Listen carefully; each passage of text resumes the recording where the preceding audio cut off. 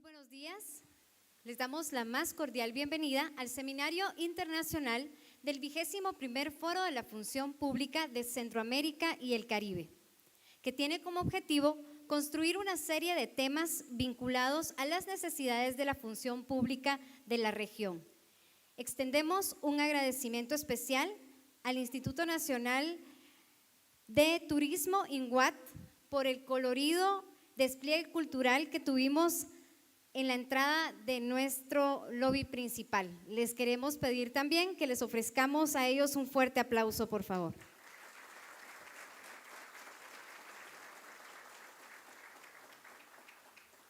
Para iniciar esta actividad, quiero agradecer la presencia de las más altas autoridades que nos acompañan en este evento, al excelentísimo señor Mehmet Erkan Adyut, embajador de Turquía en la República de Guatemala, la distinguida señora Carla Alvarado, directora de la Oficina Nacional de Servicio Civil, ONSEC, al distinguido señor Álvaro Díaz Coronado, gerente del Instituto Nacional de Administración Pública, INAP, y presidente de la Junta General del ICAP, distinguido señor Puya Moshkadi, director del programa Buena Gobernanza Financiera para la Recuperación Verde e Inclusiva en los estados del SICA, implementado por encargo de la cooperación alemana. Honorables secretarios, secretarias y representantes de la institucionalidad regional del Sistema de la Integración Centroamericana SICA, honorables autoridades del Foro de la Función Pública de Centroamérica y el Caribe, honorables representantes de organismos internacionales que hoy nos acompañan, a los expertos internacionales y académicos que tendrán a bien compartir con ustedes sus buenas prácticas durante todo este evento, también a los directores de las unidades especializadas del Instituto Centroamericano de Administración Pública ICAP y coordinadores de la oficina en Guatemala y en Panamá, funcionarios y funcionarias de Guatemala que hoy nos honran con su presencia, invitados especiales, medios de comunicación, señoras y señores, sean todos ustedes bienvenidos. Este seminario internacional tendrá como tema central la innovación creativa en la administración pública, para lo que contaremos con conferencias y paneles a cargo de expertos y organismos internacionales, quienes harán distintos abordajes sobre temas que son tendencia en cuanto a la innovación pública de nuestra región centroamericana y del Caribe. Para dar inicio a este evento, vamos a honrar también a nuestra hermosa Guatemala. Estamos en un mes muy importante, tanto para nosotros como para toda Centroamérica, así es que quiero rogarles, por favor, ponerse de pie para poder entonar las bellas notas de nuestro himno nacional. Por favor, saludo 1.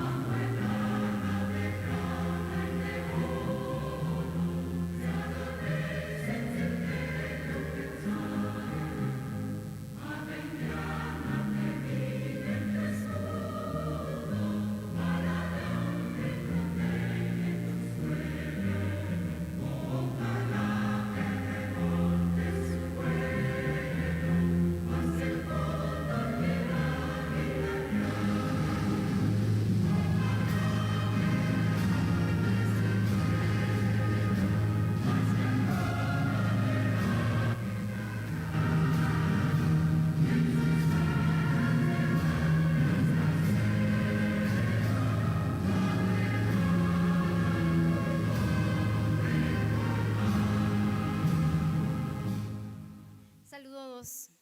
Podemos darle un fuerte aplauso, por favor, a nuestra nación centroamericana, a los bellos países que hoy nos acompañan también y, por supuesto, a Dios. Gracias por la oportunidad de la vida y de estar reunidos en este acontecimiento tan importante. Pueden tomar su asiento.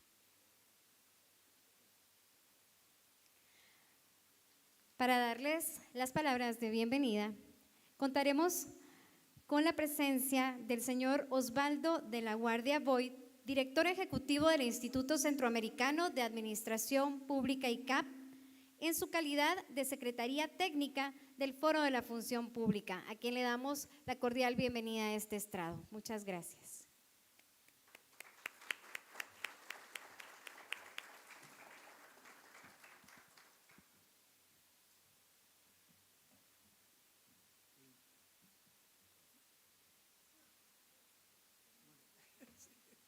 Bueno, creo que quedó muy alto. No sé si me ven aquí. Muy buenos días. Bueno, quiero decirles que en la mañana de hoy me declaro panameño de corazón, pero centroamericano y caribeño por convicción. Somos una gran nación, Centroamérica y el Caribe, y solamente unidos vamos a superar todas las dificultades. Hoy hago propio los vocativos de la maestra de ceremonia.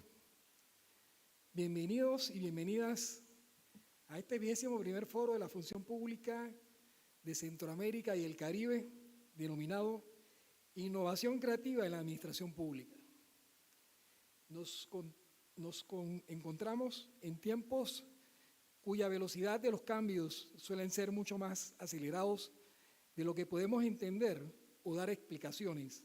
De ahí la necesidad de calibrar siempre las lógicas de intervención de la administración pública. Nos encontramos ante el reto de conducir y coordinar la acción colectiva hacia niveles razonables de integración, igualdad, protección y seguridad social, una tarea que parece estar rebasada por las transformaciones sociales, económicas y tecnológicas en curso. El ejercicio de la función pública ha de contribuir a la reducción de la incertidumbre. Por ello, surge la necesidad de una formación y profesionalización continua tanto de conocimientos sustantivos como de habilidades blandas. Cada vez requerimos de una función pública capaz de gestionar y solventar conflictos, de integrar diversos actores sociales e institucionales y en dar respuesta a las necesidades sociales. Para lograr esto, debemos dar pasos firmes y decididos para asegurar el uso eficaz y eficiente de los recursos públicos para potenciar el crecimiento de la economía, la internacionalización de los modelos conceptuales de la gestión por resultados, creando una cultura de costo, efectividad y rendición de cuentas. Y finalmente, crear una lógica de cadena de producción de valor público, haciendo un énfasis en sus impactos de forma tal que nuestras administraciones públicas cuenten con las atribuciones, competencias y responsabilidades necesarias para la maximización de los resultados. Es en el aprendizaje continuo y la reflexión de nuestros errores donde precisamente nace nuestra capacidad de innovación pública. Se trata entonces de aceptar, asimilar, reflexionar y cambiar. Es precisamente esta habilidad para reconocer lo relativamente nuevo que podremos anticipar desde el aprendizaje dados por las experiencias pasadas y proponer nuevas formas de hacer y entender la función pública. Sin embargo, es fundamental no solo lograr espacios de colaboración y cooperación para la transferencia del conocimiento, sino también ensayar nuevas formas y metodologías de aprendizaje para asegurar la velocidad de apropiación del conocimiento en complemento con la capacidad de las y los funcionarios públicos para reaprender nuevos conceptos e ideas en ambientes de creatividad y pensamiento crítico. Para ello, debemos romper con 3 patrones de desestimulación de la innovación en la función pública. Una incapacidad de análisis predictiva para dar paso a una comprensión de las estrategias de los otros, perdiendo así el sentimiento propio de direccionalidad en la decisión. Nos centramos exclusivamente de lo urgente y en ocasiones dejamos de lado lo importante, así como una lectura demasiado anclada de la coyuntura, perdiendo la capacidad de comprender las tendencias. Una incapacidad de formular y gestionar estrategias hacia futuro, que suele dar espacios a maneras de pensar y decidir basadas exclusivamente en la intuición. La función pública, entornos dinámicos e inciertos, requiere diseños complejos y ecosistemas institucionales de cooperación para identificar problemas desde una visión multidimensional, para lo cual la innovación de procedimientos y la aplicación de tecnologías disruptivas en el manejo y análisis de datos constituye una condición de partida. Al mismo tiempo, las administraciones públicas requieren ser más simples y amigables para atender los bienes y servicios con trazabilidad y valor agregado. Estamos ante una tarea impostergable, la necesidad de que los funcionarios y los funcionarios públicos restituyan la confianza en nuestra institucionalidad democrática. Para ello debemos integrar esfuerzos en su profesionalización, innovación operativa y visión estratégica. Se trata de reconstruir y de construir sus procesos mismos de actuación, dilucidar sobre sus capacidades en la implementación de políticas y comprender así un complejo andamiaje de relaciones intersectoriales para asegurar los adecuados mecanismos de fortalecimiento institucional. En el Estado es fundamental la construcción de redes diversas, como la actual red acá convocada, para asegurar la integración de enfoques, conocimientos, visiones y respuestas, una tarea impostergable que obliga a un encuentro necesario, urgente y estratégico entre las agendas de investigación y de acción de las administraciones públicas, las universidades y centros de investigación, entre otros. Muchas gracias, buena jornada y buen día.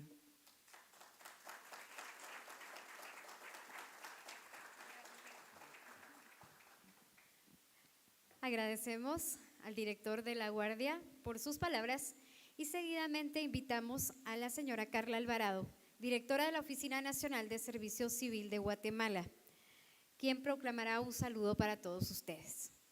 Vamos a darle un fuerte aplauso a nuestra directora.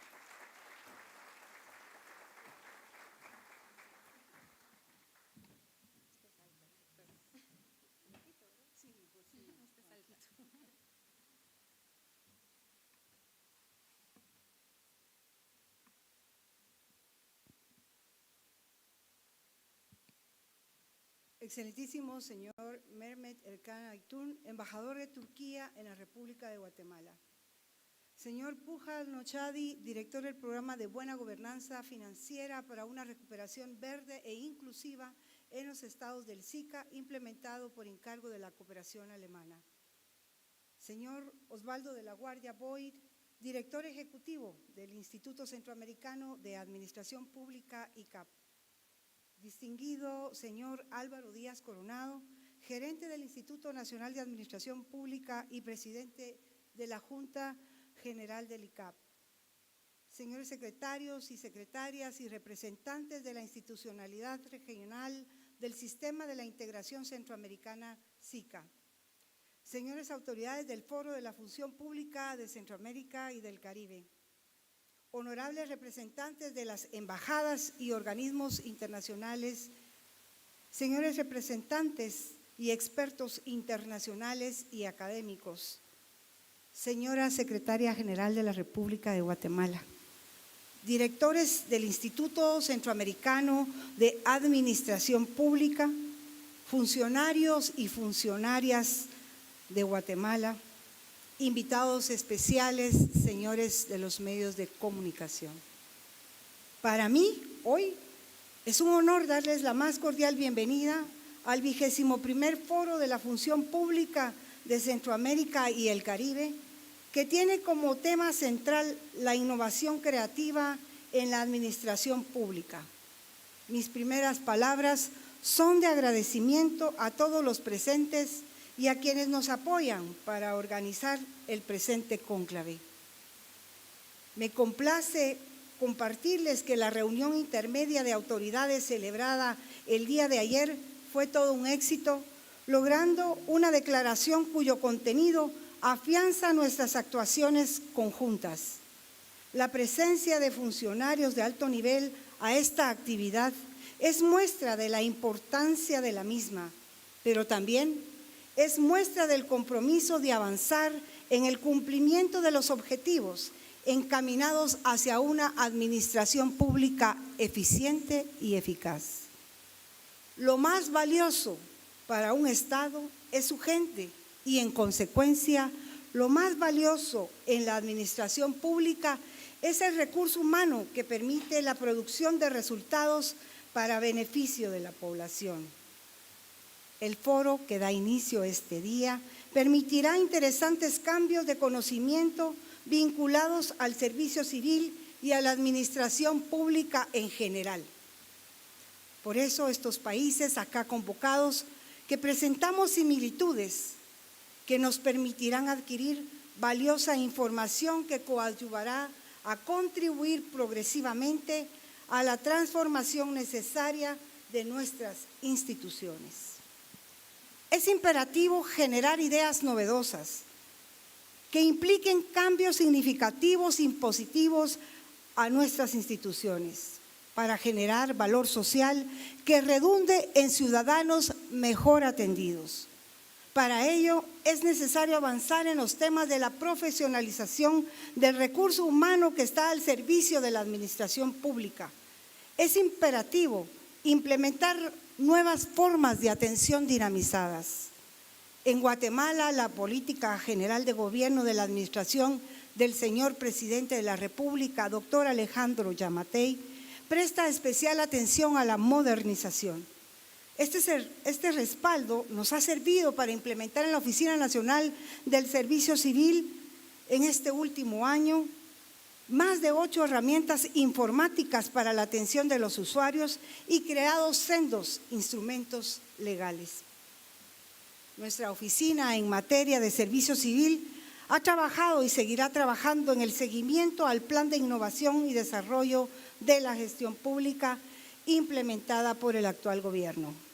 Por ello, se prioriza el fortalecimiento y la renovación de la oficina y se procura una efectiva coordinación interinstitucional. En Guatemala contamos con instrumentos legales como la Ley del Servicio Civil, que tiene su fundamento en la Constitución Política de la República de Guatemala, como gran marco de referencia, y en diferentes aspectos ha logrado implementar sistemas informáticos de importancia y relevancia, por lo que eso evidencia que la amalgama de legislación y tecnología pueden brindar resultados hacia la innovación, es decir, la misma debe estar necesariamente ligada a políticas laborales y reguladoras que la apoyen. Sobrada razón tenía el economista Joseph Schumpeter al caracterizar los procesos de innovación como la fuerza a largo plazo que impulsa el desarrollo de los países.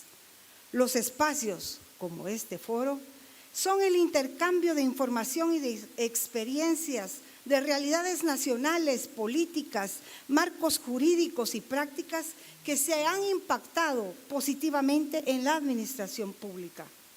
La agenda del presente foro aborda temáticas como la gestión del conocimiento para la innovación pública, la inteligencia colectiva para la gestión pública predictiva, además de ser un espacio para el conocimiento de los aportes de la cooperación internacional para el fortalecimiento y la innovación pública.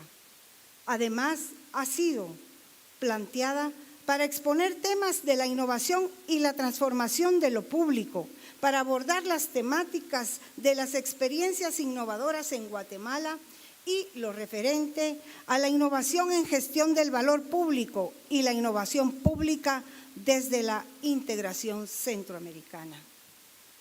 Quiero especial dar gracias al ICAP y al INAP por esta gran organización y a todos los cooperantes que hicieron posible este esfuerzo.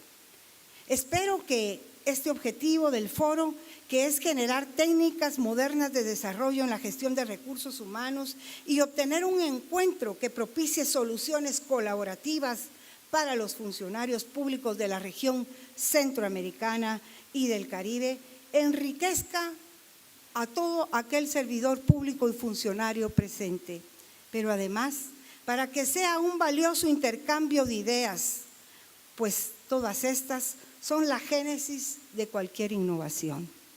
Espero que disfruten este importante evento tanto como nosotros hemos disfrutado organizarlo para ustedes. Que tengan el mejor y bendecido día. Muchas gracias. Muchas gracias, directora. A continuación, el señor Puya Noshadi, director del programa Buena Gobernanza Financiera para una recuperación verde e inclusiva en los estados del SICA, ofrecerá también unas palabras.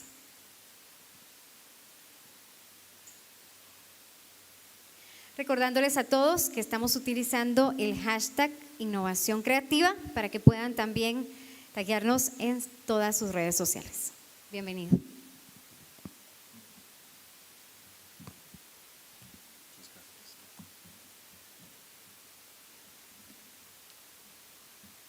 Excelentísimo embajador de la República de Turquía en Guatemala, Mehmet Erkan Aytun, honorable presidente de la Junta General del ICAP y gerente del INAP, Álvaro Díaz Coronado, honorable directora de la Oficina Nacional de Servicio Civil, Carla Alvarado, honorable director ejecutivo del ICAP y secretario técnico del Foro de la Función Pública en Centroamérica y el Caribe, Osvaldo de la Gardía Boyd, licenciada María Consuelo Ramírez Escalguía, Secretaría General de la Presidencia de la República, estimados funcionarios públicos, señores y señoras, tengan un muy buen día.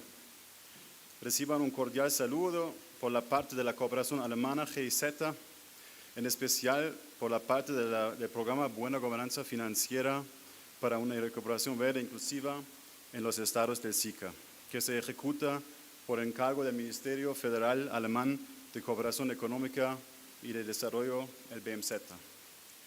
Es un gran honor para mí estar presente en este importante foro, que inició en la década de los años 70 en el seno del ICAP, orientado al desarrollo de los recursos humanos y modernización de los sectores públicos del Istmo. Agradezco esta oportunidad para compartir este espacio en este 21º Foro de la Función Pública de Centroamérica y el Caribe. La cooperación alemana GIZ reitera su interés por apoyar los procesos para el desarrollo sostenible y la integración en la región centroamericana y el Caribe por medio de la implementación de proyectos en la región de SICA. Uno de ellos es el programa de Buena Gobernanza Financiera, que tiene el gusto de contribuir con la realización de este foro. El programa Buena Gobernanza Financiera, implementado por la GIZ por encargo del gobierno de Alemania, viene apoyando en la región de la mano del Consejo de Ministros de Finanzas, de Hacienda y Finanzas de Centroamérica, Panamá y la República Dominicana, COSEFIN, la modernización y digitalización de las administraciones tributarias con uso de Big Data, mejorar el combate a la evasión transnacional, vincular los gastos públicos a resultados, apoyar a sistemas de inversión pública y fomentar la transparencia y rendición de cuentas. Así como también reforzó las capacidades de más de 4.000 servidores públicos para enfrentar los impactos de la pandemia.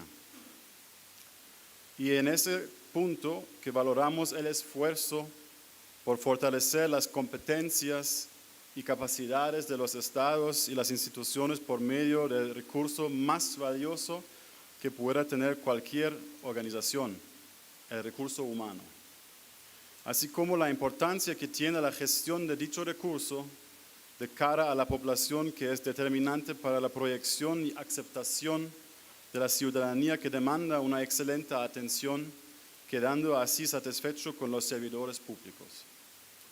Este foro permite un espacio de análisis, intercambio, discusión y generación de propuestas, dado el contexto actual tanto global como regional que implica enfrentar grandes retos, como lo son la crisis sanitaria por COVID-19, altas tasas de inflación, el riesgo sistémico, el cambio climático y sus efectos y la necesidad de la reactivación económica para lograr mejores condiciones de vida para las y los habitantes de Centroamérica. En este contexto, la cooperación alemana a través de la GIZ también está comprometida con apoyar al fortalecimiento institucional para alcanzar las metas de los Objetivos de Desarrollo Sostenible ODS en el marco de la Agenda 2030, especialmente con el ODS 16, que busca desarrollar instituciones sólidas, y considero que a través de las sinergias que resulten, no solo de este evento, sino de la articulación del ICAP, del INAP, las instituciones del sector público, el servicio civil, las autoridades, sociedad civil y el apoyo de la cooperación internacional, podemos contribuir a alcanzar estas metas, principalmente para responder a las exigencias de brindar un servicio público eficiente y de calidad a la ciudadanía. Agradezco nuevamente la oportunidad y les deseo una fructífera jornada. Muchas gracias.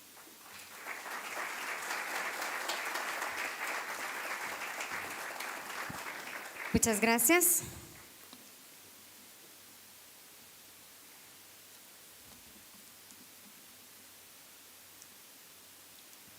Para cerrar esta primera parte, el señor Álvaro Gerardo Díaz Coronado, gerente del Instituto Nacional de Administración Pública de Guatemala y quien también ostenta el cargo de presidente de la Junta General del Instituto Centroamericano de Administración Pública, ICAP, ofrecerá también un mensaje para ustedes.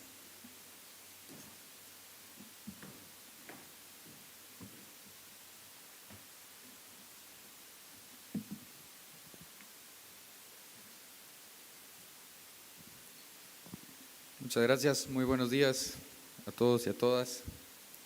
Hago propio el vocativo emitido ya por mis antecesores. Vean, el desarrollo de este foro centroamericano y del Caribe, pues se basa en un supuesto, y el supuesto es que es común de que existan limitaciones de las capacidades de los estados de Centroamérica y del Caribe. Pero también sepamos que hay grandes probabilidades de mejora. Y es que es una realidad que hay muchísimo que hacer.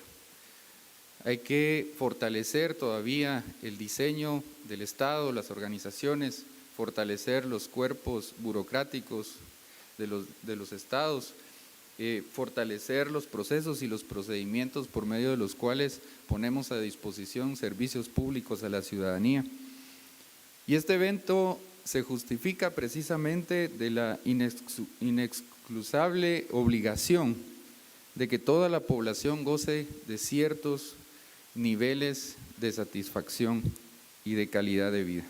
Las expectativas de la población respecto al bienestar común son crecientes, y por lo cual se deriva la necesidad de que tengamos estrategias muy claras y colectivas y sobre todo una visión colectiva del desarrollo y modernización de la administración pública. Y es que fíjense que acá en este salón, el día de hoy, está el cuerpo estratégico de los diferentes estados de Centroamérica y del Caribe.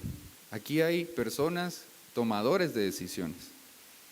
Y lo que sucede es que hay diferentes formas de aprendizaje. Y una de las formas de aprender es la emulación.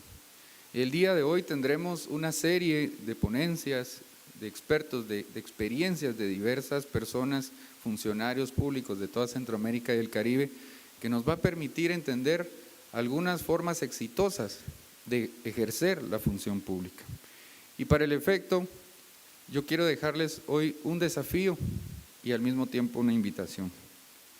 La gravedad del panorama social impone ese desafío, impone el deber de que la administración pública se transforme, que cambie y sobre todo entender que los cambios deben de darse, los cambios en las concepciones, en la producción y en la distribución de esos servicios públicos.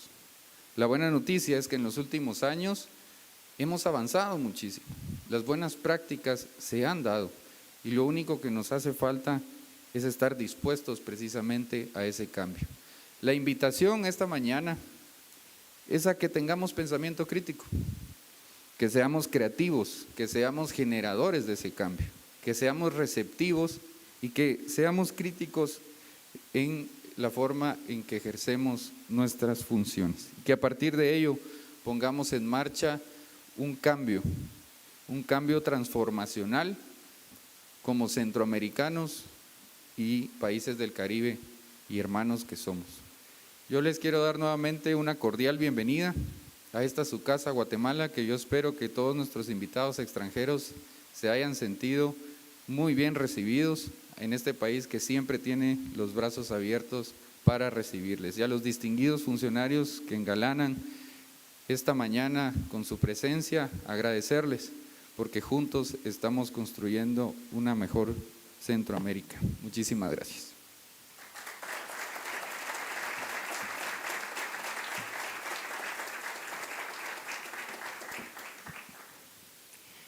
Nuestro agradecimiento al señor Álvaro Díaz Coronado por esas palabras. Y probablemente muchos hasta en este momento hayamos conocido algo sobre el Foro de la Función Pública y esta es su edición número 21. Así es que hemos preparado para ustedes un pequeño video para que podamos contarles un poco acerca de lo que es este foro. Vamos a invitarlos a que podamos verlo. Nos pueden indicar por favor nuestros amigos de producción cuando ya lo tengamos listo para poderlo proyectar en pantalla. Y también contarles que en sus carpetas ustedes tienen un código QR que los redirige a nuestra landing page del foro. Ahí vamos a estar colgando todas las fotografías que estamos tomando de esta actividad para que también ustedes puedan encontrarlas y las puedan compartir. Y estamos transmitiendo a través de las redes sociales tanto de ICAP como de INAP. Vamos a ver este video.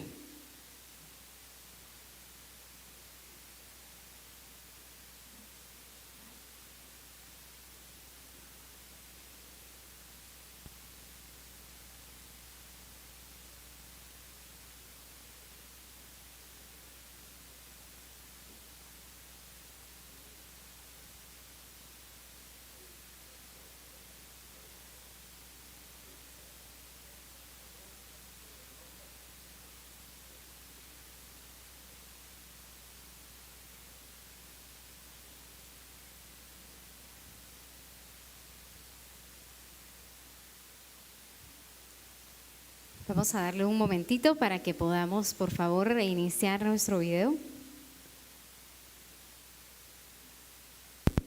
Foro de la Función Pública de Centroamérica y el Caribe fue creado desde los años 70 con el objetivo de intercambiar buenas prácticas y analizar las tendencias en la administración pública.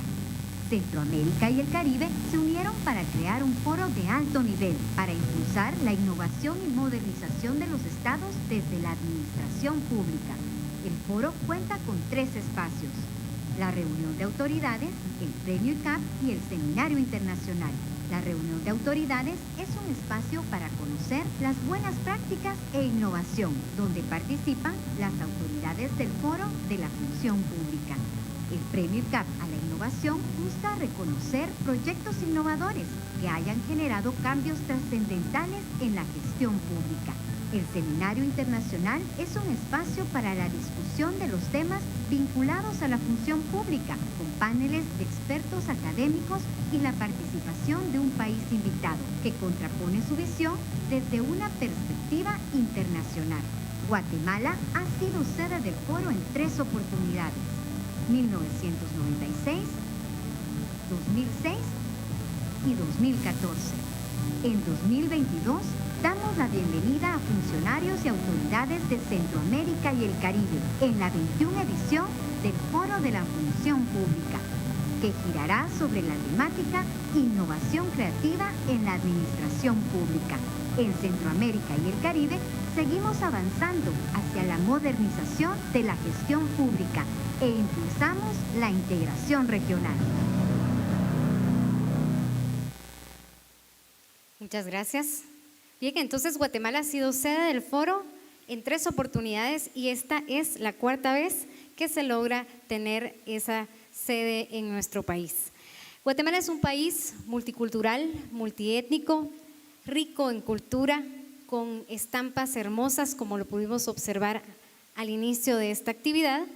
Y quiero comentarles que no podíamos también dejar de lado pues poderle presentar a todos los ojos del mundo esa belleza que tiene nuestro país. Y es por eso que hoy nos acompaña el Ballet Moderno y Folclórico Nacional de Guatemala, que es patrimonio cultural y es una institución artístico-cultural que pertenece a la Dirección General de las Artes del Ministerio de Cultura y Deportes. Queremos darles a ellos la bienvenida y contarles que han obtenido primeros y segundos lugares en diferentes certámenes de festivales internacionales. El grupo presenta un espectáculo en el cual se puede observar el sentimiento y la extrema riqueza cultural que se aprecia en la diversidad de imágenes que ofrece. Ellos tendrán a bien presentarnos 3 danzas regionales. La primera, Todos Santos, la siembra en los Cuchumatanes, del coreógrafo Farnesio Bernal. Los Cuchumatanes en el noreste de Guatemala son las montañas más altas de América, unos 2.500 metros en promedio. En el alto de esas azules montañas vive la comunidad de Todos Santos, cuyos indígenas apenas han pasado gritando por el cielo de los azacuanes, aves migratorias que anuncian la llegada y el retiro de las lluvias. Ya se dispersan por los campos afanados en la siembra. La mujer trabaja a la par del hombre para abrir los surcos, depositan en ellos la simiente del maíz, a la cual insuflan vitalidad germinal con su propio alimento. La coa hiere la tierra, las manos derraman los granos en gestos rituales, los pies danzan para recubrir la semilla. Los pensamientos, la plegaria, la esperanza se elevan a lo alto, pidiendo la divinidad del maíz en la siembra que salga buena, que no falte, pues es el alimento al pueblo. Al terminar la siembra, sus pies y sus corazones bailan de contento. El son de Chichicastenango, del coreógrafo Farnesio Bernal, es el culto a Pascual Abaj. En él se ofrecen flores. La coreografía interpreta la petición de una pareja indígena. El traje del hombre tiene adornos según su edad y estado civil, símbolos del sol, la mujer, él y la luna. Boda en San Juan, Zacatepeques. Este es el son que se conoce también como el son de los enamorados y es un arreglo musical de Manuel Juárez Toledo y la coreografía de Julia Vela. Es una sucesión de cuadros en el que pueden observar los ritos ceremoniales y desarrollo de una tradición, así como el papel de personajes importantes dentro de la comunidad, dando realce a la gama de colores significativos a través de su vestuario. Así es que todo lo que les he descrito es lo que vamos a poder observar en este momento en escena y quiero pedirles que por favor lo recibamos con un fuerte aplauso.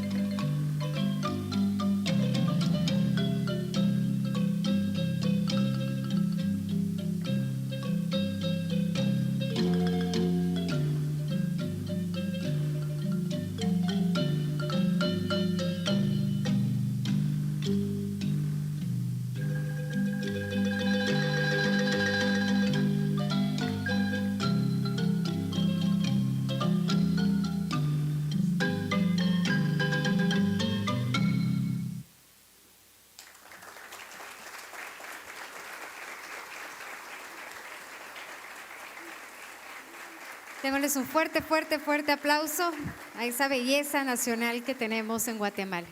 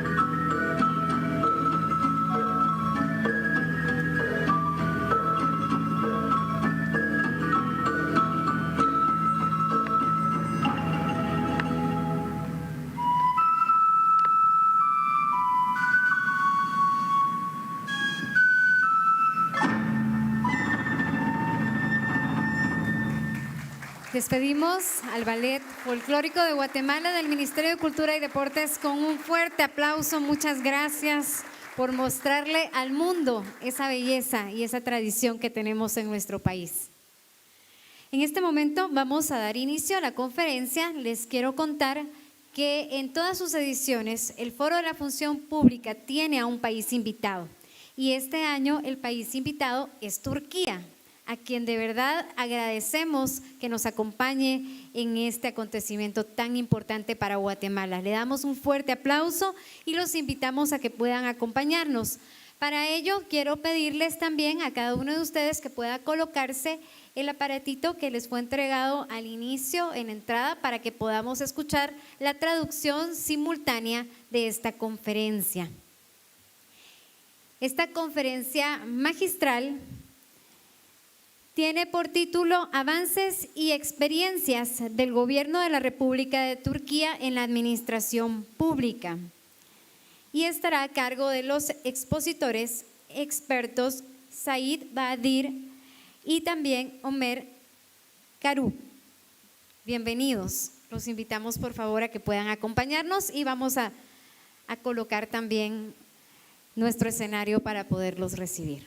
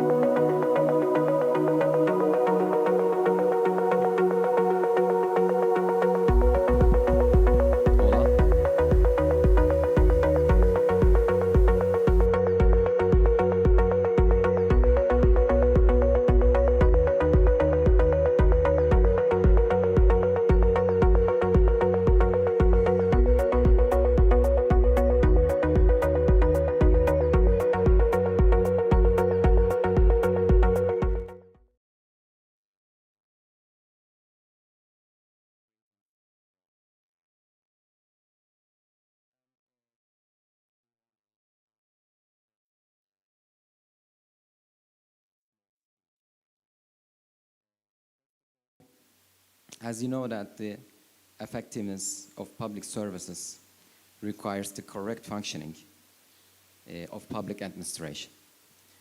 Among the advice of our ancestors, our understanding of management, in which we acted by taking the word, let the people live so that the state can live, has always been guide for us. In this framework, we strive to create an effective service delivery based on the most decent practices and the policies we carry out in the public administration. It's also important to examine the examples of public administration countries sharing public administration practices on international platforms within the scope of country.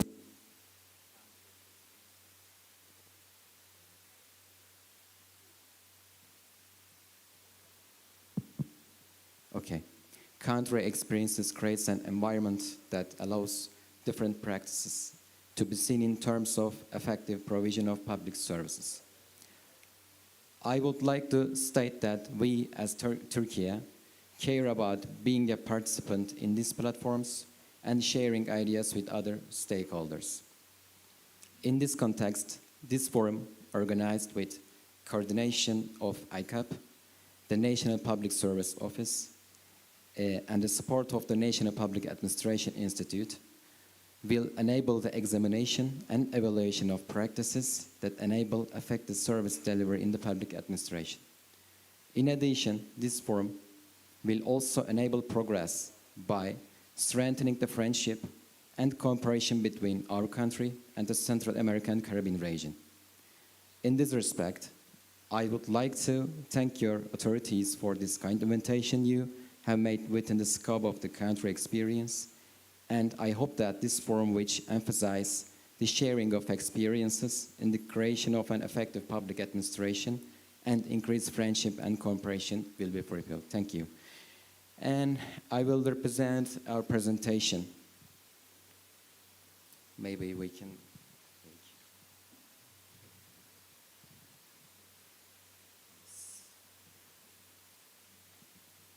If it is possible that we can use that. If it's possible that we can use that table on this side. Okay.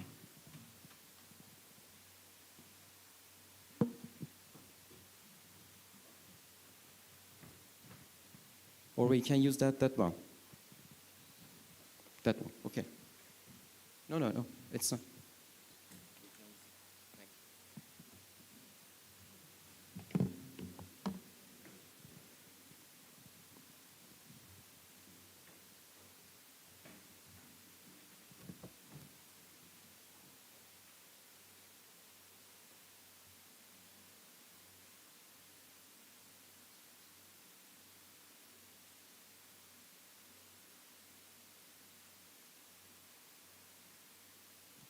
Okay.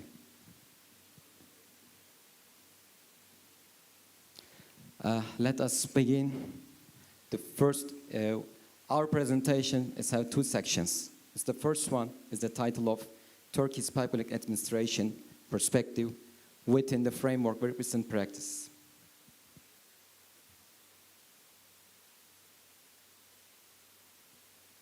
Can change. Sorry. Yes. Our outline, this section is, the main title is E-Government and the Reduction of Administration Burden. Under this title, Digital Turkey I will mention about, and also Digital Public Administration. So, Digital Public Administration, under the specific political communications we have 11th Development Plan and the Presidential Annual Program, I will mention about that. And the other main title is Outputs of New Public Administration Approach. Under this title, I will mention about some practices in the recruitment system, the electronic public information management system, distance learning gate, career gate, training needs analysis, training and development activities report, flexible working, and education information network. This is the first section of this presentation. So, in the first slide of this section is, we have the e-government gateway. E-government gateway is a system which was accessed in 2008. In order to increase the capacity of technological infrastructure, Digital Turkey project, which is fast and secure access to public services from a single point, was launched in 2016. As of September 1, 2022, the Digital Turkey platform has reached above 60 million users, and currently there are services provided by 890 institutions available on the Digital Turkey platform. This platform is e-government gateway. And also I will show you if we have an internet accession. So how to use that? This one is e-government gateway. The other slide is e-government. For e-government, our goal of Digital Turkey is to increase the number of high value added services and make them available for everyone. So we also plan to prepare user-friendly interfaces and allow people to use digital Turkey with a greater level of comfort. So change the slide, please, and the other slide, this. Now we use that digital Turkey version 1.0. This means that digitalized, high-value added services reduced the number of documents. For example, the documents required for job application can be sent electronically. We can't use of the documents for the application. And brought savings from time and money. That means that it is stated that the validity of the documents are official with the reference number, so there is no need to go another authority to proof of it. And also, digital Turkey version is the aims reduced bureaucracy. This is another slide we have. We launched the process of integrated service provision with digital Turkey version 1.1, which is currently in the pipeline. In this aspect, such topic-based integrated services focusing on the user of my vehicles, my working life, and facilitate the lives of our citizens. So if this access with internet, I can show you how to use it. So can we have?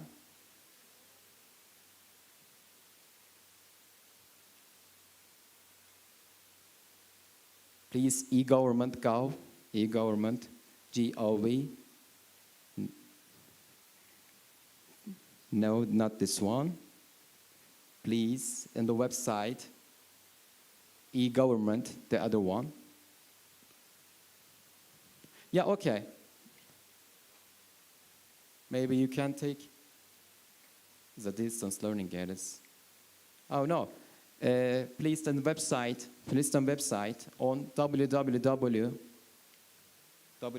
Please on website, please. Yes.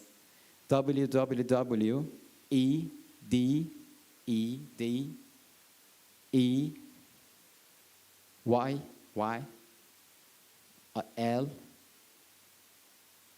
Not that. V. In Turkish, V. L. The L.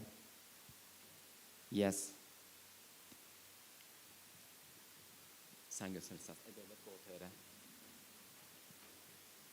So how can we use that,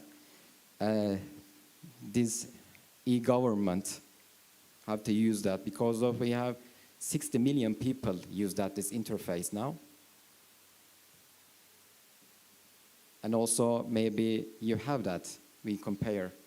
So this one, okay?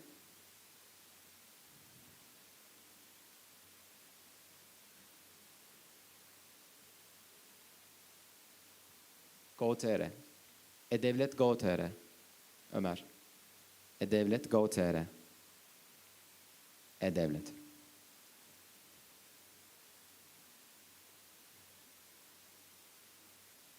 Okay. Internet accession is not good. So we can change. So it's not important one. Oh, okay. You can do. You can. Also in English version. The bottom of the page, the English version. Yes. English. That's it. English.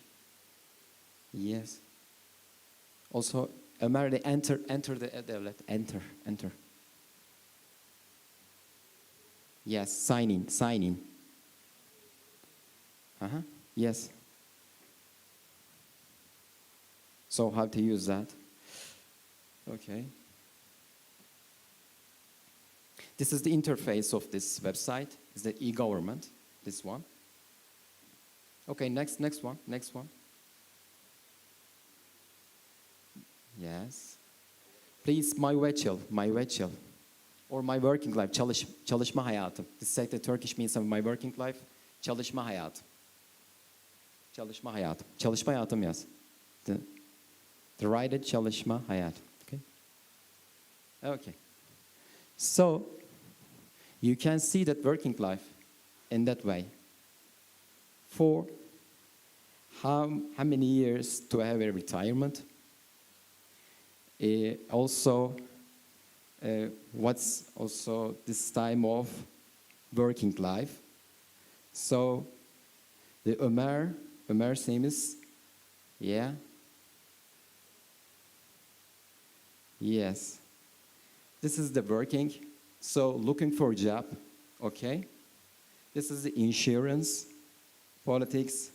This is also insurance or retirement. So your ability, you can see that all this one is the one page only. You can see that. Okay. To another slide, please. Please go to presentation. Please go to presentation and another slide, please. Okay. Yes.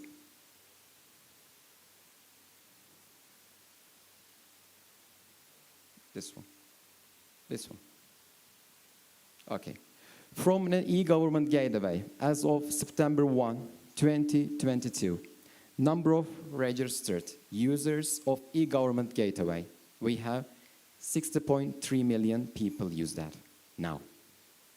And number of services provided via e-government gateway, this is cumulative one, is 6,720 we have.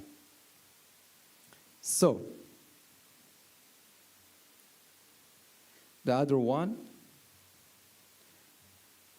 slide changed, please. Yes. This is I will mention about, this is the interfaces of the e-government. So, as a Turkish citizens can use that, all of that as your working life, vehicles, insurance, and the municipalities and companies, also e-service of everything. We can do that. So the other slide, please. Can we change that? Can we change? Okay, can change. Okay.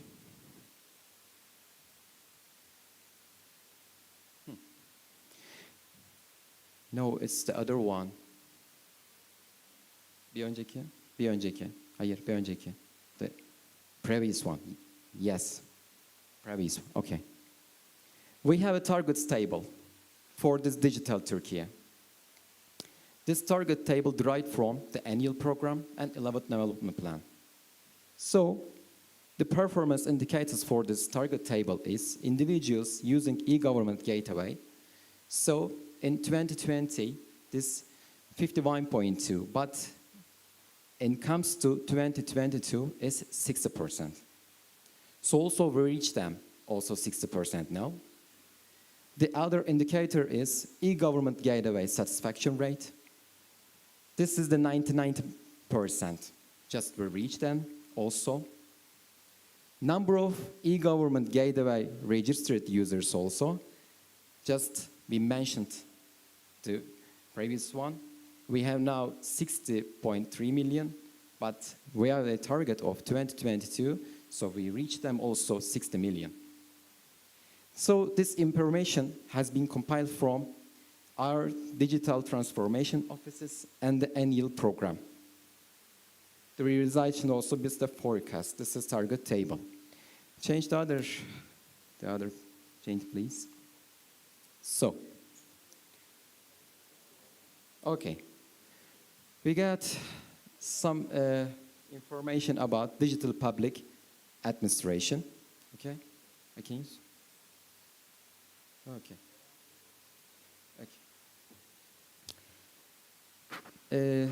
Just this one, before this explanation, I will just some information about digital public administration. You know that since technology is accepted as the most fundamental element for development technology, making it part of management process of the traditional bureaucratic structure. So it's very necessary for modernization.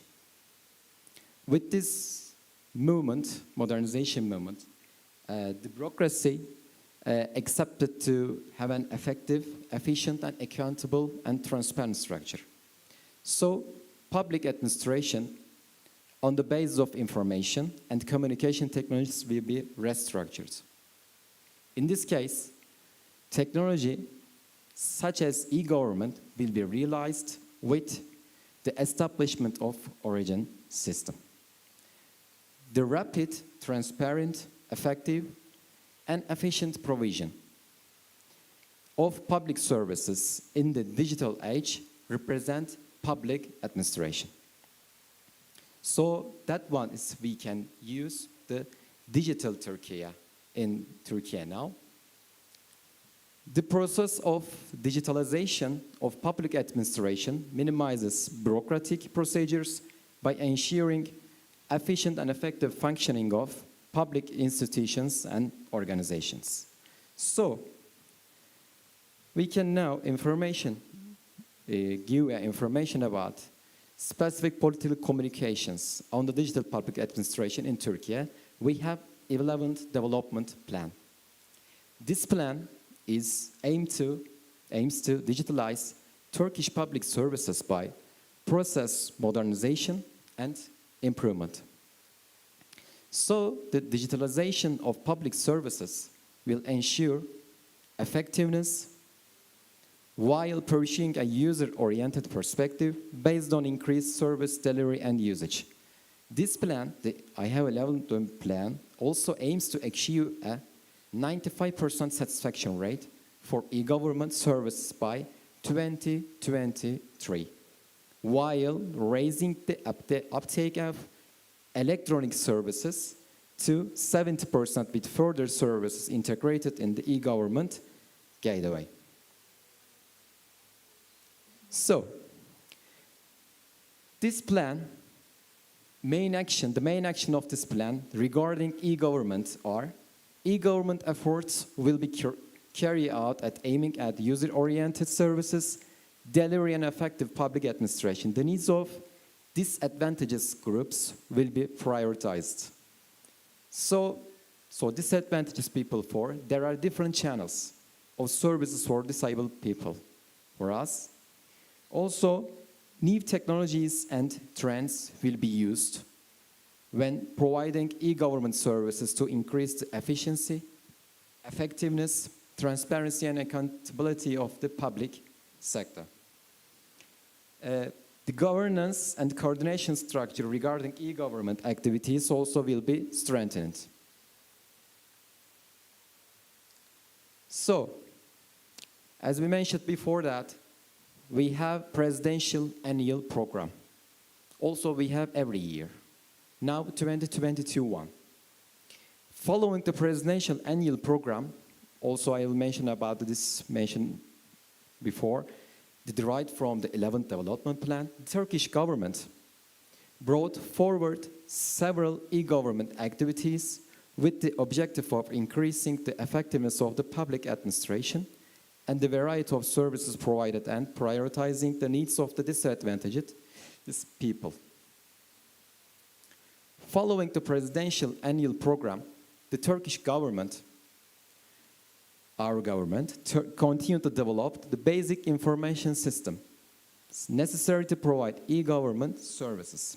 Additionally, the government aims to set up a joint infrastructure to ensure that these information systems operate in a sustainable manner. So, I just told you the newest one, e-government in Turkey. So we know that this is the classical public administration we have in the recruitment system, yes? So, just tell about something about in the Turkish recruitment system and the public personnel system also. In our recruitment system, generally, the central exam is applied to become a public official. This exam is used as pre-application requirement for employment. So, in this system, there is a language requirement for some positions. Maybe you have it. You have a ministerial experts, so it's a language exam, maybe you have it. In Turkey, yes, in order to meet this requirement quickly, we have electronic foreign language exams are held regularly throughout the year. I'm not mentioning about the TOEFL or the other international, just in Turkey. Foreign language exams also I have. Also, in these systems, a separate exam is held for disabled civil servants in accordance with their disabilities. So, also, I will give some information about this. Okay. Yes.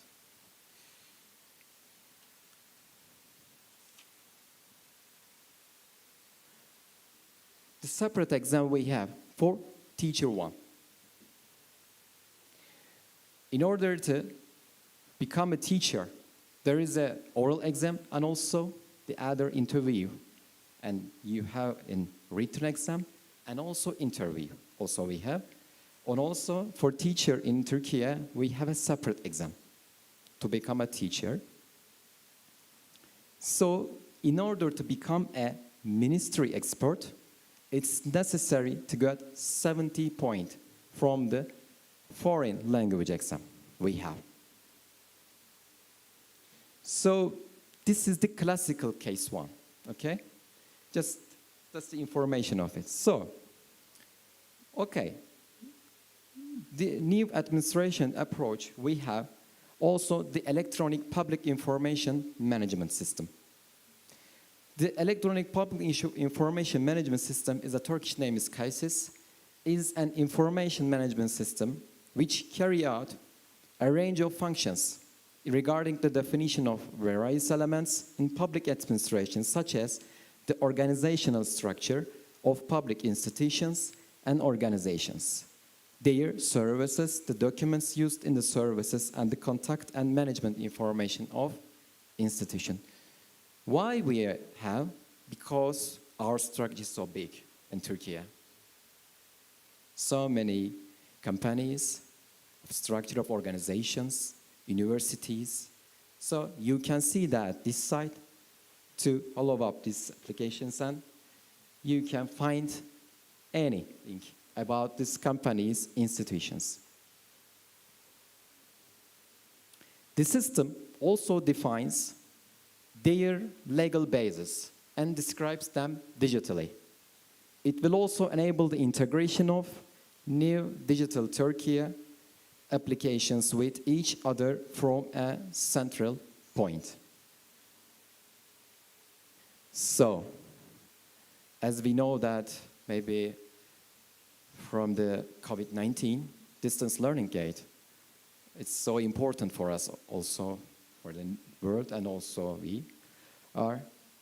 Okay, distance learning gate is a national learning platform that is put into service of institution to equip public employees with appropriate knowledge, skills, and competences. The platform, designed with the scope of Digital Turkey project, is aimed to provide equal opportunity, employee training, increase human resource efficiency, and the quality of training and development activities. With the distance learning gate, public institution can arrange all training activities which they prefer for their employees, such as occupational and personal development. So also, if we have a chance to enter this website, also we can use that, how to use this distance learning gate in Turkey. And also get some information about distance learning gate. Okay. Can we enter this website?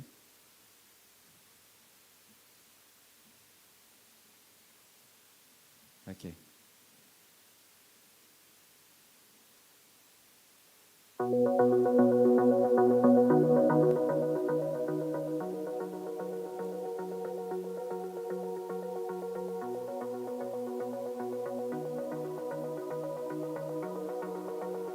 Do you have any distance learning gate services in Guatemala?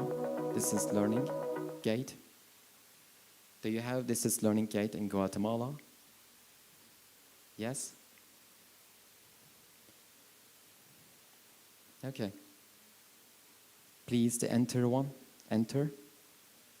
Bottom. Bottom. Aşağı. Bottom. Bottom line, please. Yeah, bottom line. Click here. No, bottom. This is the carrier gate. This is not distance learning gate. Carrier. Distance. Ömer, distance. Distance learning. Uzaktan eğitim. It's Turkish. Yes, this one. Please also e-government gateway to enter. Yes. This is the Turkish number, identity number, and the passport. Also, we have some securities to enter this website. Okay. Onay. Improve that.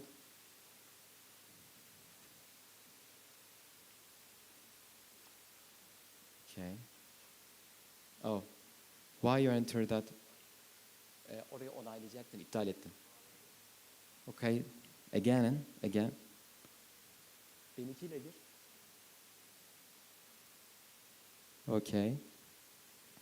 So Ömer will enter and other information about distance learning gate.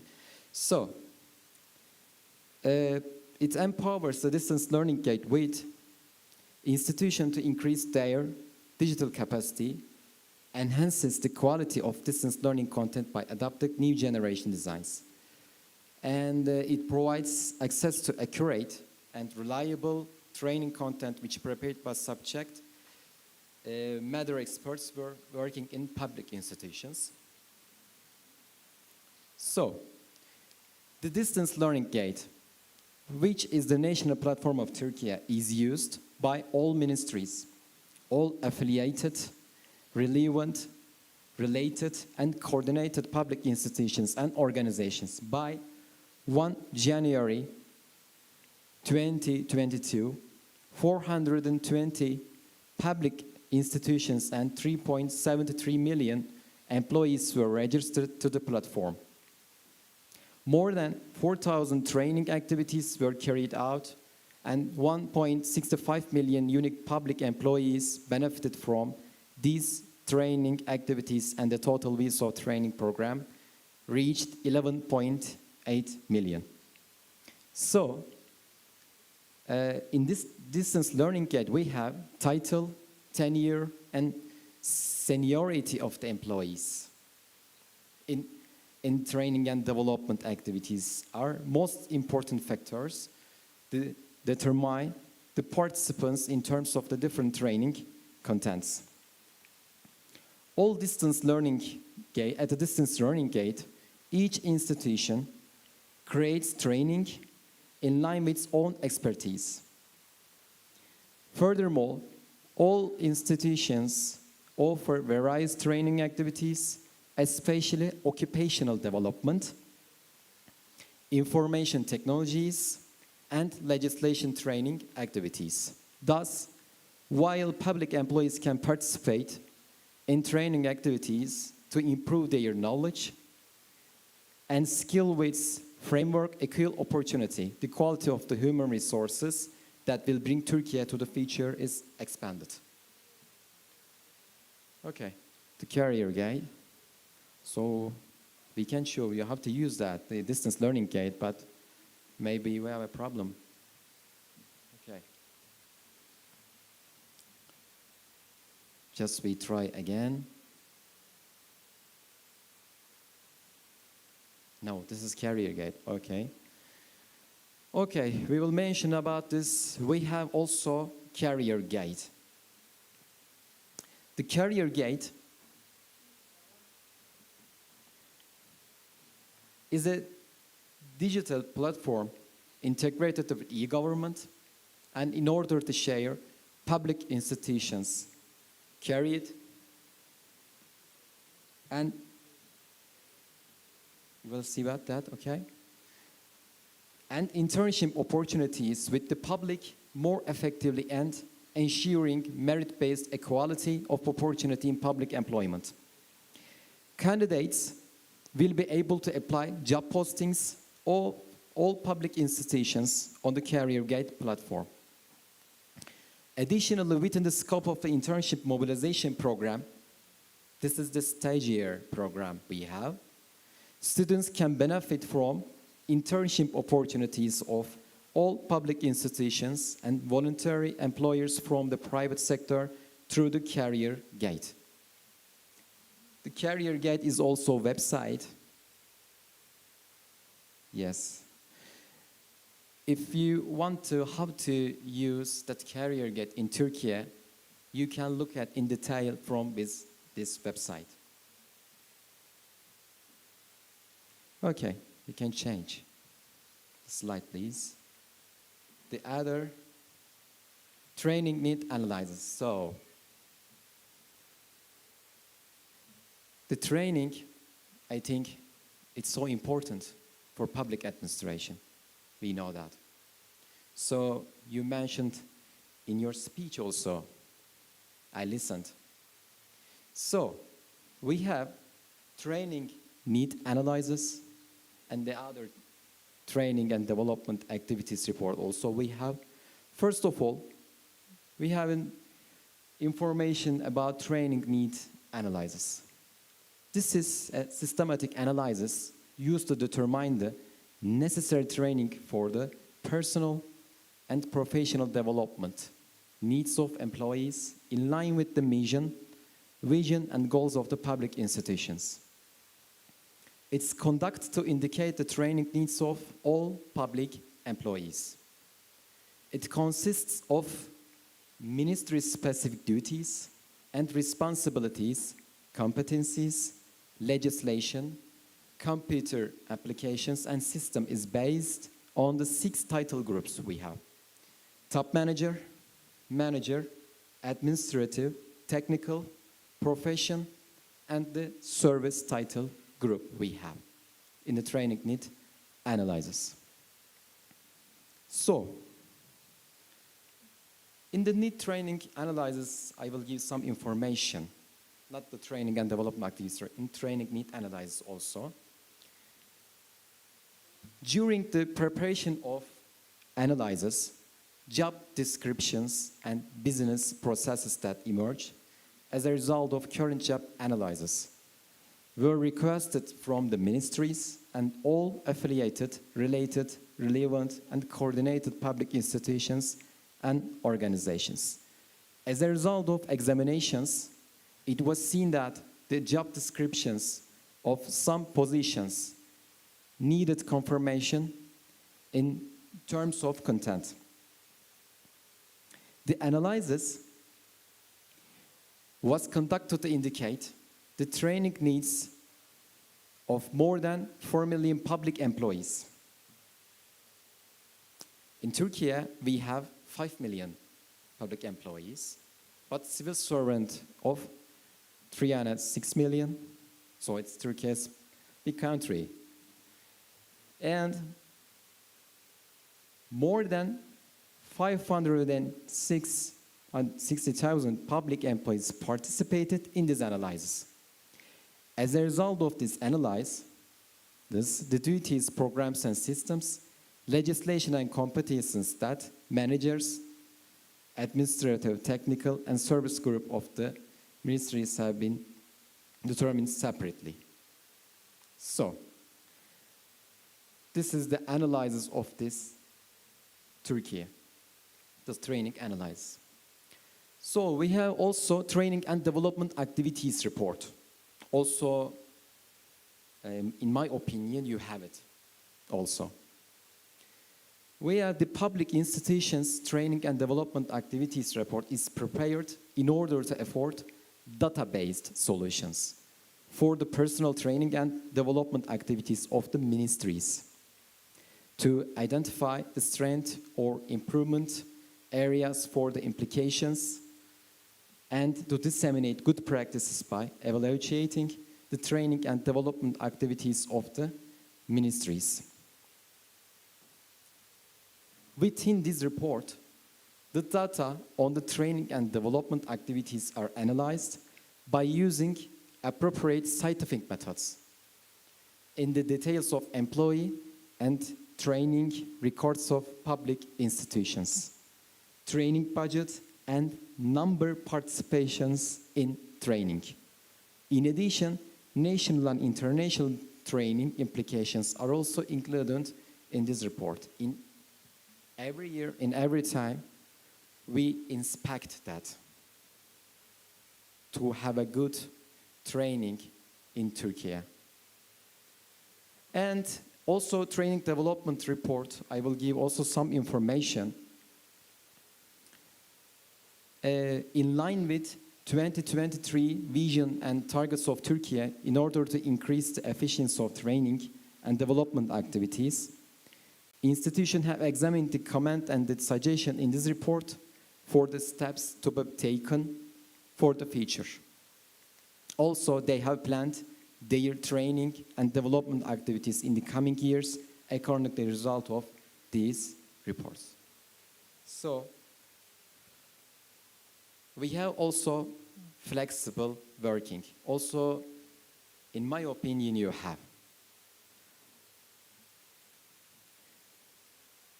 Flexible working, as we mentioned about today, there are studies in many countries to reduce daily and weekly working hours. These changes will inevitably occur as technology replaces and dissuades the production process from the workspace. This unforeseen and fast transition of the working system has led us to conduct this research to gain answers of these questions. What are the feelings and thoughts of civil servants about the flexible and remote working system? How did it affect them socially, psychologically, and economically? What is the impact of flexible and remote working practices on their family and business lives? Is this system sustainable? Okay? This is the question of this in the world, I think. Surely, it's not embedded the flexible working culture within an organization properly.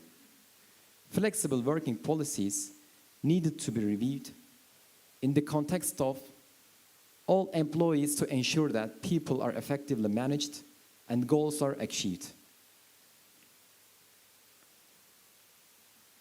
So, we are now in pandemic situation now in the world.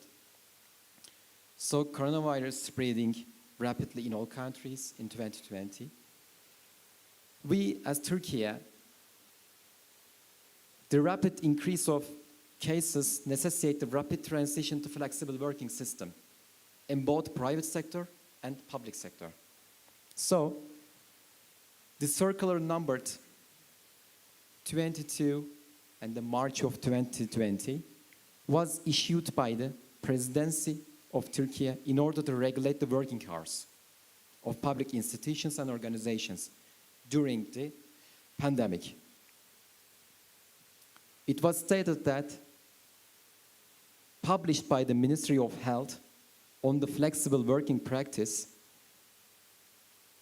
working methods such as remote working and rational work could be applied even to healthcare workers in order to minimize the spread of COVID-19 outbreak in the country. So also, example of also academician and civil servants we have in this situation, coronavirus.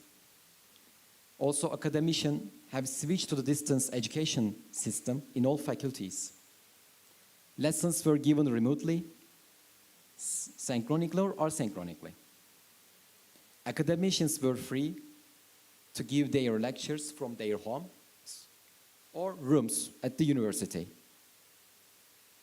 Civil servants, so we are, also switched a flexible and remote working system. In offices where things could not be handled by working remotely, every day an employee served on duty. In Turkey, all other civil servants worked from home using remote working systems. So flexible working is so useful for us during the pandemic. We use efficiently also flexible working. Okay, the other slide, please. The last one in this section is Education Information Network. Education Information Network is a social educational content network established by the Ministry of National Education. This system, which draws attention with its rich content specific to each class, has been prepared to support students' lessons. This system also has enabled teachers to carry out their duties effectively during the pandemic. Not also using pandemic, also in a time the teachers can use them. Not just pandemic. In addition, during the pandemic, additional internet use was provided to the students by the operators with the encouragement of the government. So this is the website of this Education Information Network. If you want to enter this website, you can see in the detail of this. Okay, this section is, okay. Thanks for your attention. This session is ended. Thank you. Thank you. If you want any question in the end of this, I will answer that, okay? So, Ömer Faruk, the other section, you'll get.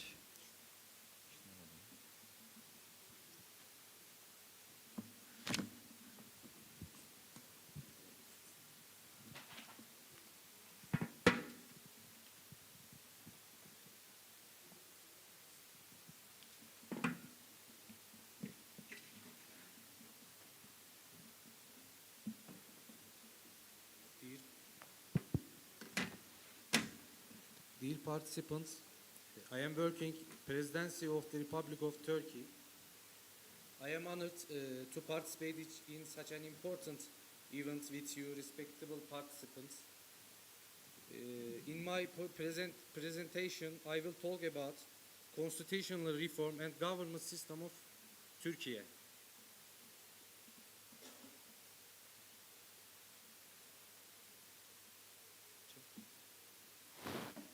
Following the constitutional amendment in Turkey with the referendum on April 2017, the existing structure operating on the basis of parliamentary regime came to end. A new government system called the presidential government system was introduced. In our country, there was a parliamentary system before the presidential system of government. There was a dual structure in the executive and the powers of the president were limited.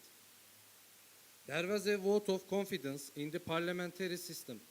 A vote of confidence is a kind of parliamentary vote that measures whether the government in the parliamentary system is trusted by other parliamentarians at the inception of office. Besides, vote of confidence could be used in any time if a certain majority of parliamentarians have proposed. As a result, government instability has existed in the parliamentary government system. In a presidential system, since the president is elected for a certain term and cannot be removed from office by the parliament during that term, the stability of executive body is guaranteed. In the parliamentary system, governments could not act quickly and decisively. Governments were often made up of coalitions and they were short-lived. There was widespread government instability. Governments were too often overthrown by a vote of no confidence by parliament or resigned themselves. Draft laws prepared by the government could be rejected by the parliamentary committees or the General Assembly by the votes of the deputies belonging to parties that make up the government itself. Due to the reasons listed, unnecessary bureaucracy has been avoided and a rapid decision-making process has emerged. In the parliamentary system, the approval of all ministers was required for the Council of Ministers to take decisions. But now, since the executive power is exercised by the President, quick decisions can be taken.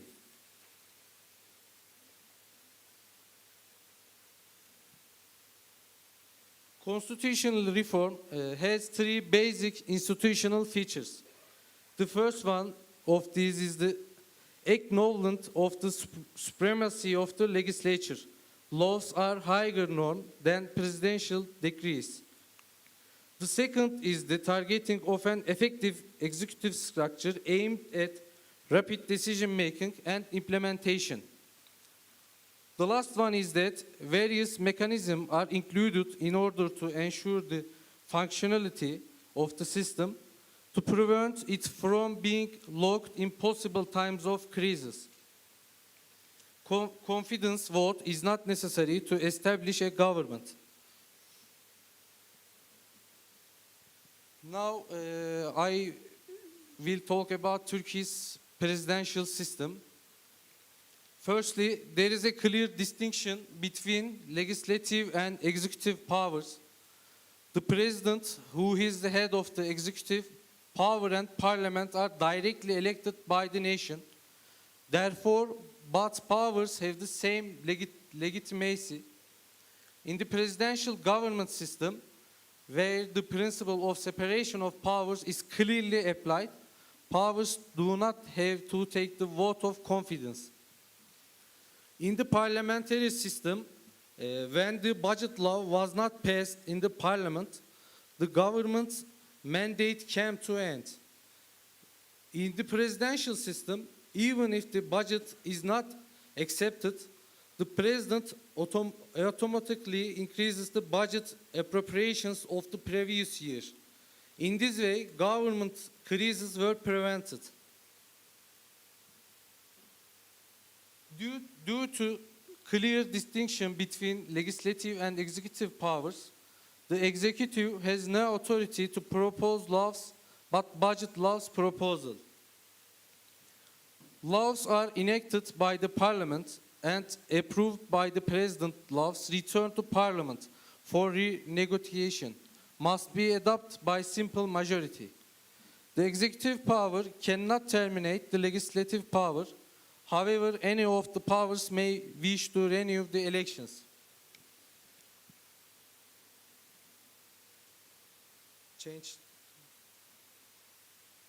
Ministers are appointed and dismissed by the president. According to the constitution, ministers cannot be members of parliament. If a deputy is appointed as a vice president or a minister, he must resign from his position as a deputy. Parliament is no longer required to confirm the government. It can no longer hold confidence votes nor dismiss the government on political grounds. Parliamentary questions are addressed to the deputy president and the ministers. These questions are answered in writing. This image is a diagram showing the structure of our state organization. The state organizational structure is organized under the roof of the presidency. Under the presidency, there is a vice president and 17 ministries. Apart from the ministries, there are 10 institutions directly affiliated to the president. Each of them is responsible to the president in terms of their field of duty. In addition, office and policy councils were established to assist the president in his duties. The presidency is regulated by the one-numbered presidential decree on the presidential organization. President Decree number 1 is a detailed decree with almost 600. This decree regulates in detail every aspect of the presidency. The president is the head of state. Executive power rests with the president. In a presidential government system, the president can be a party member. In the presidential government system, executive powers are combined in the office of the presidency and its relations with the legislatures are redefined, ending the executive status as an organ arising from the legislature. Referring to the fact that in the aforementioned system, the legitimacy of the president is more due to his election by the people. The authority to be held accountable is clarified with the termination of the dual structure of the executive, and a transparent order is foreseen to be established by making the legislative arrangements more clear and understandable. It is stated that it is emerged that the democratization process of the country will accelerate. The President Cabinet is the board chaired by the President of Turkey, and all ministers come together and take decisions. Each minister is responsible for the affairs of his ministry and the actions of the public personnel under his command. Thanks for your attention.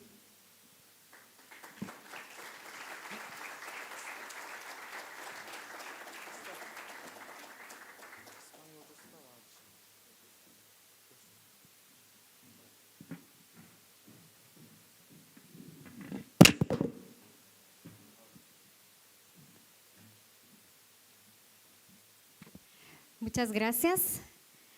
Si alguien tuviese alguna pregunta, consulto.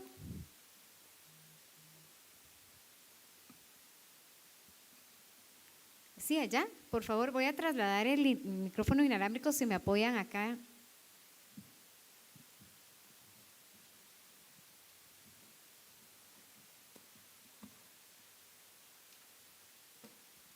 Sofía, el otro micrófono para que puedan responder está allá.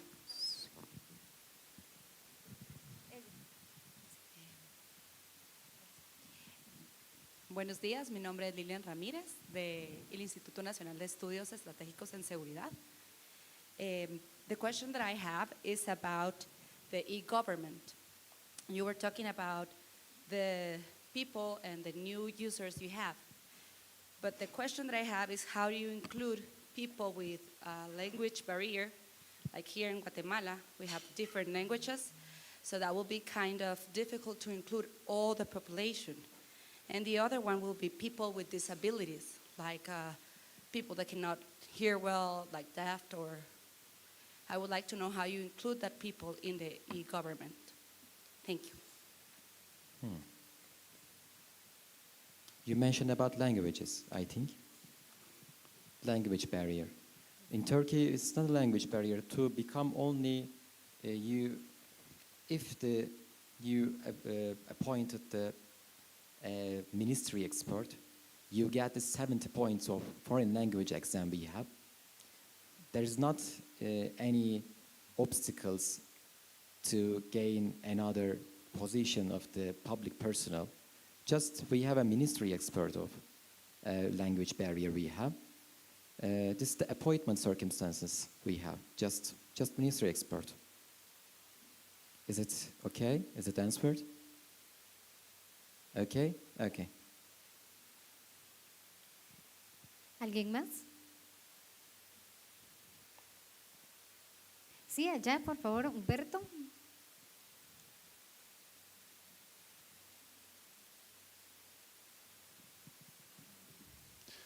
morning. Thank you for your conference. I have a question. What layers change to implement the e-government? Es decir, ¿qué leyes cambiaron para la implementación del gobierno digital? Muchas gracias. Gracias. So I understand what your question. How do I implement our e-government systems? Okay? Yeah. We implemented our government systems we use in public, personal also, in the public in general. Not just the public official. In the public, is for Turkish citizens. So you can apply for job, or you can same preparation for this job also. Also, I mentioned before that you can see that your virtual, your working life, this is reachable for everyone in Turkey. It's not boundaries for citizens of Turkey. Okay? Is it understood? Is it understood or answered? Thank you. Por favor, allá en la parte de atrás.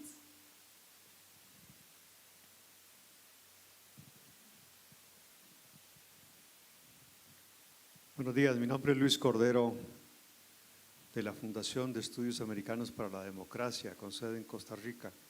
Sobre el sistema de gobierno, la exposición manifiesta que el Poder Ejecutivo no tiene capacidad de proponer legislación excepto en temas presupuestarios, y la legislación en efecto corresponde entonces al Parlamento. La pregunta concreta es, ¿tiene el Presidente de la República capacidad de vetar la legislación aprobada por el Parlamento?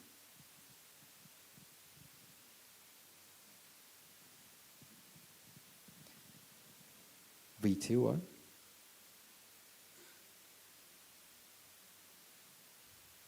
decisions of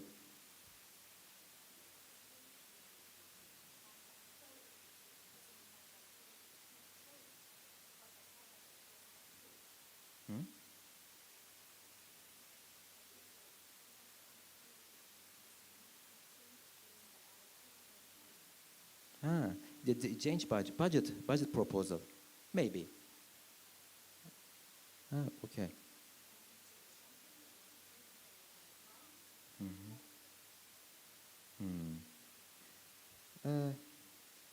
The president has only proposal of budget, not the proposal law. The proposal law in our legislator. So it's not the role of to become a law of budget. It's not about the president. It's a simple majority in the parliament.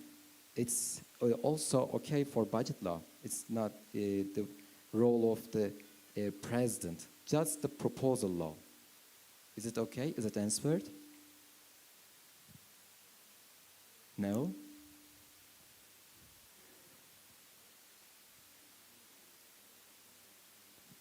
So what I mean that? The basic question is does the executive branch have the capacity to veto a law provided by the parliament? No, exactly, no. It's the laws is superior to the executive. Laws is superior, okay?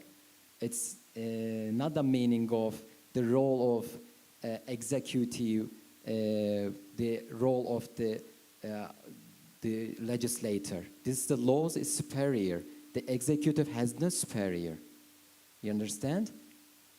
I understand your question, but in Turkey, it's just the proposal of the budget is in the executive, not the budget law. Budget law within the legislator, because this budget law is superior to the presidential decree. Okay? This is answered? I understand. Thank you very much. Okay, thank you. Tenemos otras intervenciones. Creo que una más allá, una había pedido la palabra primero ahí atrás y luego acá adelante. Hi, good morning. How do you make sure that cybersecurity for keeping safe information from and data from users, and even what the government is providing is kept safe? And if you have any mechanism to make sure that you don't have any risk or attack from others? Thank you. Yeah, it's a good question. We have some working about cybersecurity. We mentioned about Digital Turkey 1.1. So it's we just digital transformation offices is now working on the cybersecurity project in Turkey. If you have a detailed information about this, you can follow this website. As we mentioned before in this presentation, you can see that. Okay, is it answered? Okay, thank you. Tenemos otra pregunta por acá, por favor. Si puedes levantar la mano para que te ubiquen los compañeros con el micrófono. Muy bien. Y tendremos una intervención más y luego ya finalizamos para continuar con agenda. Good morning. My question is about, you talk about the national networks of education, right? So how it works in your country and how the universities, which is the role of the universities on your country? So what about? I don't understand. What about? The first question is, how works your national networks of education? How it works? Okay. And the second one is how the universities works in your country. Thank you. Okay. You mean that national education network in first question, the teacher also. In a year, teacher can use that educational network. It's not boundaries between the teachers in each other. Also, students can have lessons from this website educational network. If students can't go to schools, also they follow their lessons from educational network. It's the first question, okay? The other is how the universities works with, what about? This universities works only. State university, okay. We have university works separately. We have university is a separate institutions we have, just not affiliated with another companies or the other affiliated institutions. The academicians have get some information about the other platform. They can use any of this their knowledge. They present, not affiliated with other constitution. It's not a problem for them. Okay, is it understood? Thank you. Tenemos una pregunta acá, por favor, vamos a trasladar el micrófono.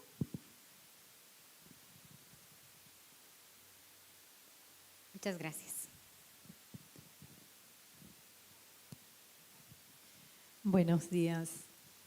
Sara Paulino, embajadora de la República Dominicana. Me gustaría saber, preguntar, si el gobierno digital ha hecho posible en Turquía la integración en forma, digamos, igualitaria de la mujer al quehacer gubernamental del Estado turco.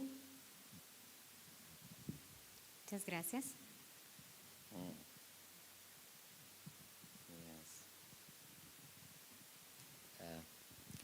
In our constitution, for some people, for us priorities, also women, So women, we have no discrimination of women or men or disabled people to become an official or another position. Also, women become a top manager in Turkey. It's not a problem for us. So, yes, we can maybe the acceleration of becoming a top manager for women, we have to increase one. But in the world also increases, okay? Not in Turkey, but also in the world, I think. Thank you. Muchas gracias, Okay, Said and Omer. Okay, thank you. Thank you for your conference. Okay, thank Muchas you. gracias a todos ustedes. Vamos a darle un fuerte aplauso, por favor, a nuestros invitados you. especiales Thank de you. Turquía. Sin duda ha sido una excelente conferencia, muy enriquecedora para todos nosotros. Thank you. Bien, vamos a despedir nuestra transmisión de esta conferencia para dar paso a la siguiente, sin antes, por supuesto, invitarlos a que puedan conectarse a cada una de nuestras conferencias en los paneles simultáneos que tendremos a continuación. Muchas gracias a quienes han estado con nosotros comentando a través de nuestras diferentes redes sociales.